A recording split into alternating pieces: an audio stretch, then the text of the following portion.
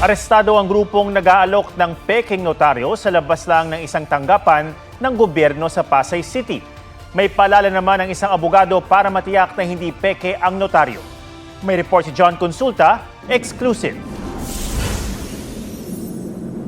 Tumatanggap ng notaryo ang tent na ito sa labas lang ng isang government office sa Pasay City mula sa Tolda. Saka dadalhin ang ipapanotaryong dokumento sa hiwalay na bahay. Pero ang mga notaryo, peke pala. Meron po kayong karapatan manahimik at maninsa sa tingin nyo, pero may magaling naman sa inyo. Arestado ng NBI ang mga nasa Tolda na tagakuha ng kliyente, pati ang mga hinihinalang pumipirma sa kalapit na bahay. Tototanggi ang inabutang suspect. Nagnonotaryo dito, hindi na namin tinatanggap. Pero nagbago ang ihip ng hangin nang ma-recover ang mga gamit nila sa paggawa ng peking notaryo. Anong dahilan? Para mabuhay kami kasi wala na si attorney. Diba? Tapos may sakit pa ako. Ano po sakit niyo?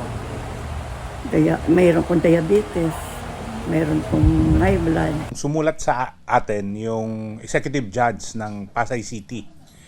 Nag-request siya na hulihin itong ang mga nagnonotaryo na mga peke naman. May ginagamit silang isang abogado na nung biniripika naman namin ay hindi po license as walang notarial commission dun sa Pasay. At nung nag-testing nga kami ay hindi naman yung abogado mismo ang pumirma. Natuklasang gumagamit din sila ng pangdetak na may pangalan ng isang prosecutor ng DOJ nang walang pahintulot. Patong-patong na reklamo ang kinakaharap ng apat na inaresto.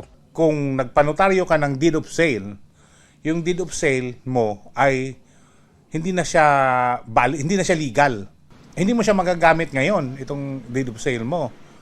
Kung mag-ano ka naman ng mga affidavit, hindi mo siya pwedeng gamitin, lalo na sa mga government offices. Para malaman kung peke ang notaryo, Kung gusto mo talaga ma-check kung ang tao ay notarya, ay lisensyado o hindi, pupunta ka sa korte, tatanungin mo kung itong tao ito ay nabigyan ng komisyon, maging notaryo o hindi. Ang masasabi ko lang, no, kunwari, nasa harap lang, syempre magdadalawang isip ka. In the first place, dapat yung nagnotaryo na handon. Hindi haharap sa iyo yung mga sekretary at magkita kayo dalawa ng notaryo.